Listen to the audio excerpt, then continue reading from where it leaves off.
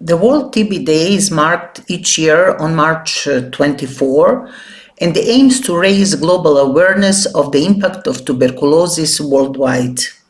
It is also a moment to reflect and revise the progress towards the elimination of this life-threatening disease in the countries.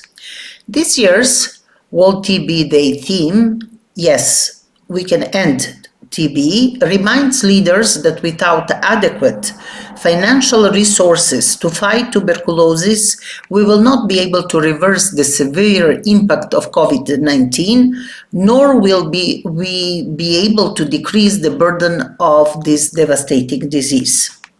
Although Europe has a low incidence of tuberculosis, Southeastern Europe remains one of the largest regions with high incidence of TB and, in some settings, high prevalence of drug-resistant tuberculosis.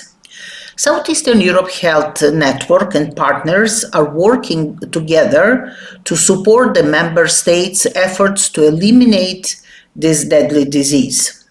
Last year, on March 28 and 29, 2022, Southeastern Europe Health Network Secretariat, in partnership with the Institute of Public Health of Albania, organized a multi-country TAEX workshop on good practice in strengthening health systems for the prevention and the control of TB in the Southeastern Europe Health Network member states, Western Balkans and beyond.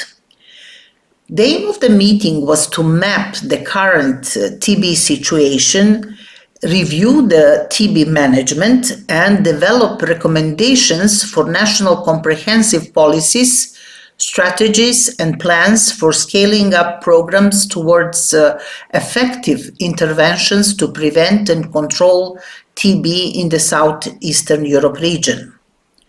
1 year passed and its recommendations are still relevant for the Southeastern Europe region. In line with the End TB strategy, there is a need to develop patient-centered integrated services with a special focus on prevention, early diagnosis, and treatment. This can be achieved only with the involvement of all sectors of society, with the adequate engagement of not only political advisors and health structures, but also by actively integrating the community, non-governmental sector, and private care providers. One of the major difficulties that can hinder the implementation process of national programs in high-incidence countries is the lack of mechanisms that address high-risk populations, which are not covered by social protection mechanisms or proper access to healthcare, even in primary settings. Furthermore, one of the major efforts achieved by the past workshop was the establishment of a cross-cultural moment where countries with a low burden could collaboratively contribute towards the development of better guidelines and strategies in countries with a higher burden.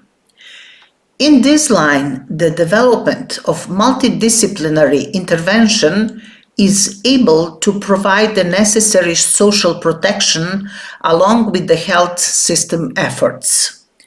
In long term, this can help mitigate the rise in tuberculosis incidence, standing as a crucial mechanism for high-incidence TB countries.